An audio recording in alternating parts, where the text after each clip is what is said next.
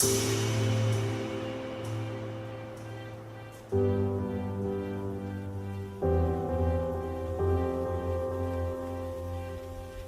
life comes to us moment by moment.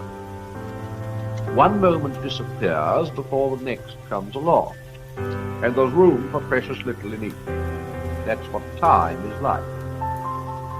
I think it was the theologians who first started the idea that some things are not in time at all. Later, the philosophers took it over, and now some of the scientists are doing the same. Almost certainly, God is not in time.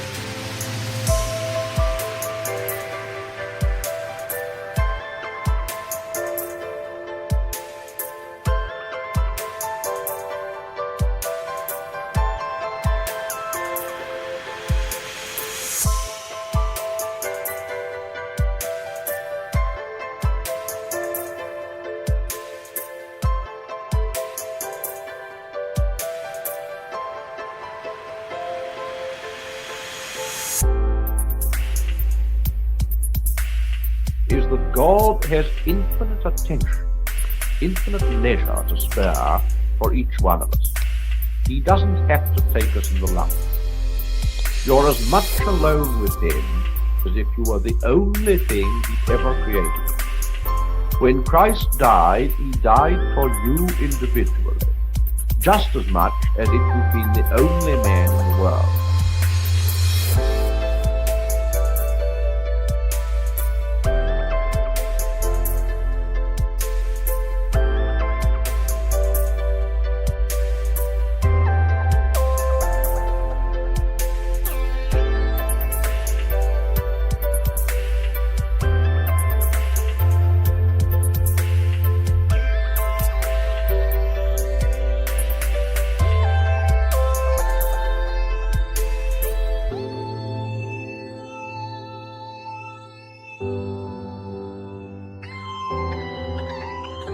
Well, it's rather like that with Christ. When you've completely given up yourself to his personality, you will then, for the first time in your life, be developing into a real person. He made the whole world. He invented, as an author invents characters in a book, all the different men that you and I were intended to be. Our real selves are, so to speak, all waiting for us in him. What I call myself now is hardly a person at all. It's mainly a meeting place for various natural forces, desires and fears, etc., some of which come from my ancestors, and some from my education, some perhaps from devils. The self you were really intended to be is something that lives not from nature, but from God.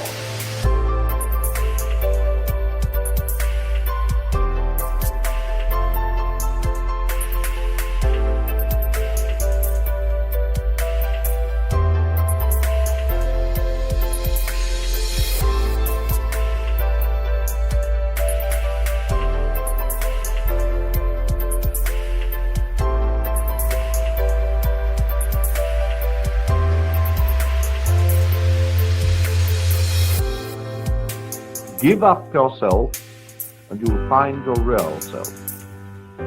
Lose your life, and you will save it. Submit to death, submit with every fiber of your being, and you will find eternal life.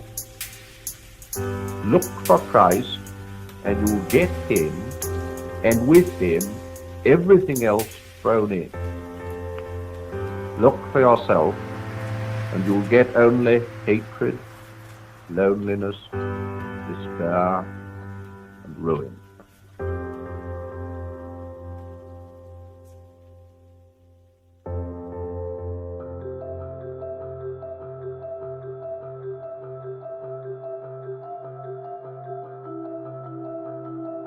And I talked about you telling me that for eternity, that all of the universe was compacted into this infinitesimal point of singularity with all energy and mass compressed in a state of total organization and stability for eternity.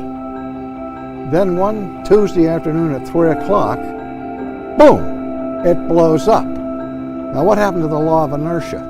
I asked Sagan that. I said, you tell me the things that are at rest stay at rest unless acted upon by what? And he said, I don't want to go there, an outside force. You have to deny your own science to argue that way. It's nuts.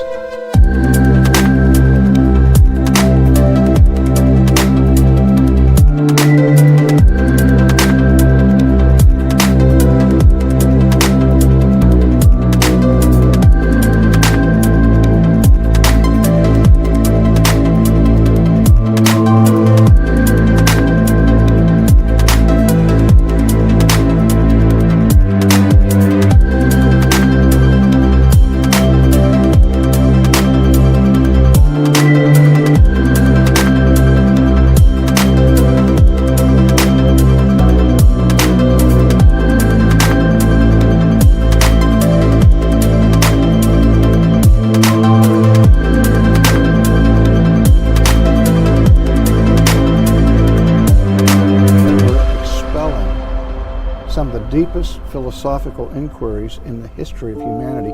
You go back in time, Immanuel Kant, the dean of Western philosophers who argued against the traditional arguments for the existence of God, said the one that bothered him the most was the teleological argument, the argument from design. He said, I can't get away from it. David Hume said the same thing. Are we allowed now to say in the school you can't study Einstein? When Einstein says God doesn't play dice, that has to be expurgated from any study of Albert Einstein. And Newton said he was doing no more than explaining how God had organized the universe. And he said he was thinking God's thoughts after him. So, you're not allowed to say that now. Newton has to go, Einstein has to go. If you said that in a college classroom now, if you didn't have tenure, you would very likely be denied tenure forever.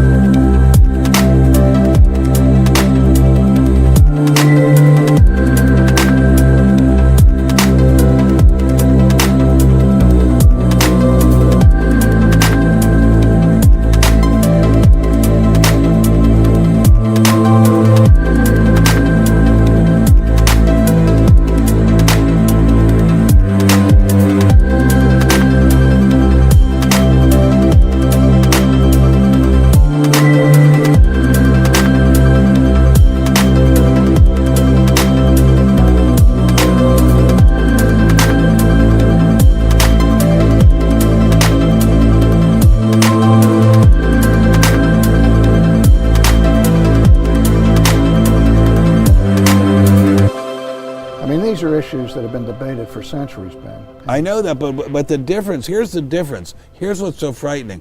We live in the first country in the world to have a constitutional guarantee of free speech, and it is being eliminated in the place where we need it most, the college and the university.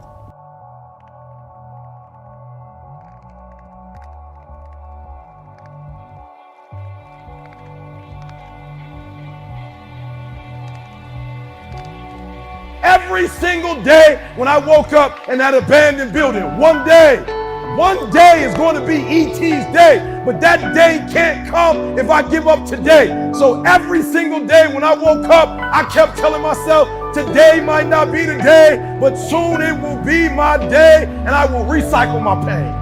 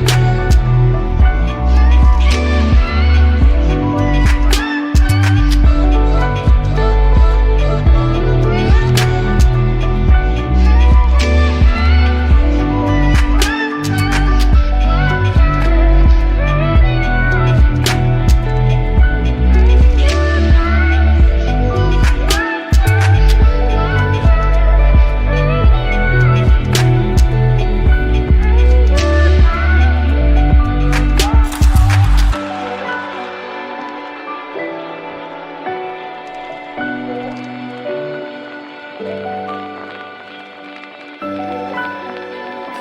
will you do with your pain? Will you let it break you or will you let it redefine you?